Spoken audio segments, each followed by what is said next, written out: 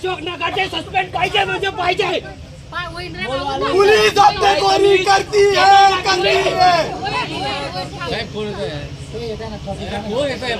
एवढं मारता कोणती पद्धत आली आहे? लोकांवर पण हात करता येते काय दंगल घडवत होते का? होणार आहे का याच्यावर कारवाई? तुम्ही इथं आश्वासन द्या आम्हाला।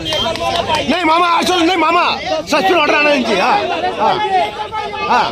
सस्पेंड ऑर्डर पाहिजे। हा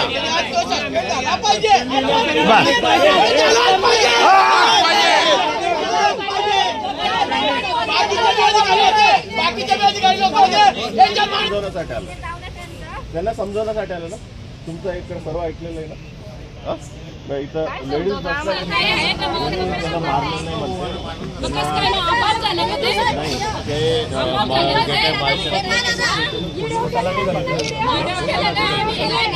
बसलेलं असताना जसं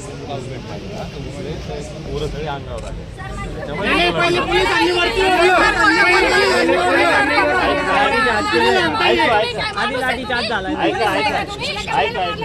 ठीक आहे। मी सर्व काय कामाची तुम्ही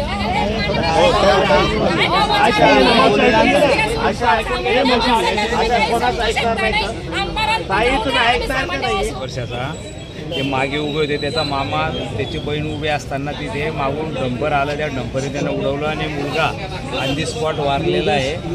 आणि मला वाटतं त्या मुलीला थोडं पाय लागलेलं आहे आणि मला वाटतं त्या पब्लिकने ते डंपर वगैरे पेटून दिलं। साहजिकच आहे, इतका क्रोध लोकांचा होता की मुलगाचं ते बॉडी बिडी पाहून एकदम लोक भयानक असते। ते 2-5 हजार लोक जमले। आम्ही पण गेलो, लोकांना समजवण्याचा प्रयत्न केला आहे, पोलीस पण आली।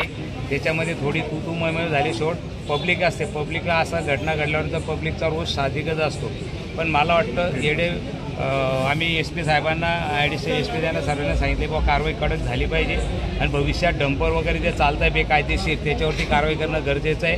तो ड्रायव्हर पळून गेला, त्या डंपरला नंबर नाही आहे आणि मला वाटतं विनाकारण असे बेकायदेशीर डंपर चालत असतील याच्यावरती कायद्याची आम्ही मागणी केलेली आहे। याच्यावरती कलेक्टर असतील, पोलीस प्रशासन असेल आणि महापालिकेकडून सिग्नल लावायच्या सुद्धा त्यांना सूचना दिलेल्या आहे की तिथे सुद्धा जसं काही ठिकाणी सिग्नल लागलेले तसे आकाशवाणी चौक आपल्या कालिकामाच्या चौकातसुद्धा सिग्नल लावायच्या सूचना महापालिकेला दिलेल्या आहे। आणि पवार नॅशनल हायवे जे पवार आहे तो तर एकदम बेशरम माणूस आहे, म्हणजे त्याला फोन करून आला नाही। त्याला परवासुद्धा बोललो तो की बा आज हे ट्रॉफिक जाम होते, पण निर्लज्ज माणसाचा जो कळस गाठला जातो त्यातला तो नॅशनल हायवेचा पवार एक अधिकारी की त्याला वारंवार सांगूनसुद्धा आपल्या साक्षीदार की PW आमच्या नियोजनच्या मीटिंगमध्ये सुद्धा त्याला खासदार लक्षात आहे। आम्ही सर्वांनी इतकं बोलूनसुद्धा त्यांनी दुर्लक्ष केलेलं आहे। स्पीड ब्रेकर टाकणं गरजेचं होतं, स्पीड ब्रेकर टाकले गेले, सिग्नल लावणं गरजेचं होतं, ते लावले नाही।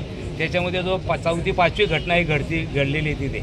आणि आता याच्यापुढे जे जे अधिकारी याच्या जबाबदार असतील त्यांच्यावरती सुद्धा कारवाई करण्याची मागणी करणार आहे। रेतीचं डंपर असलं तर सांगितलं जातं, नक्की काय रेतीचं डंपर आहे, त्याच्यामध्ये थोडी रेती खाली करून येत असताना त्याच्यामध्ये जे नागरिक सांगतो याच्यामध्ये रेती आहे, थोडी रेतीचं डंपर आहे, त्याला नंबर प्लेट नाही आहे आणि त्याच्यावरती गुन्हा दाखल करण्याची मागणी केली। आता पोलीस प्रशासन सांगते की बाबा त्याला अटक केलेली असं सांगताय, तर बघू काय कारवाई होती। महामार्ग उड्डाणपुलांचा प्रश्न अनेक महिन्यांपासून प्रलंबित आहे, ते उड्डाणपूल होत नसल्यामुळे अपघात होत आहे असं म्हटलं जातं। नाही आहे ना, उड्डाणपुलाची मागणी केलेली, बायपास झालेला आहे, बायपास सुरू होईल, सर्व्हिस रस्ते आपण मंजूर केलेले।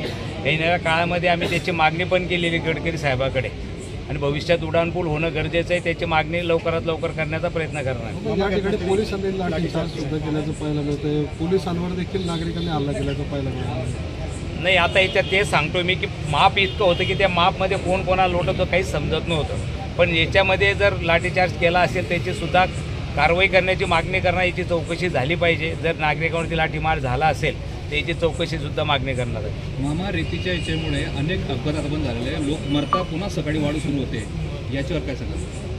मी खरं प्रशासनाला, पोलीस प्रशासन असेल, कलेक्टरचं त्यांचं तहसीलदार असतील यांच्या माध्यमातून त्यांना वारंवार या सूचना झालेल्या आहेत, पण मला वाटतं रेती हे मोठं माफिया गँग आहे आणि याच्यामध्ये खूप मोठे मोठे लोक अटकलेले आहेत। याच्यावरती कारवाईची आम्ही मागणी केलेली। भविष्यात जर कोणी नदींवरती वाटतं आपण बघितलं असेल की एक 15-20 दिवसापूर्वी तहसीलदाराच्या अंगावरती डंपर गेलं, पण मला वाटतं कार्यवाही झाली नाही त्याच्यावरती आणि असे त्याची हिंमत वाढत जाते किंवा तहसीलदाराच्या अंगावरती नेऊन काही होत नाही, अशा गुन्हेगाराची हिंमत वाढली जाते। मला वाटतं अशा गुन्ह्यावरती मोकाचा कायदा लावून त्यांच्यावरती कारवाई केली पाहिजे.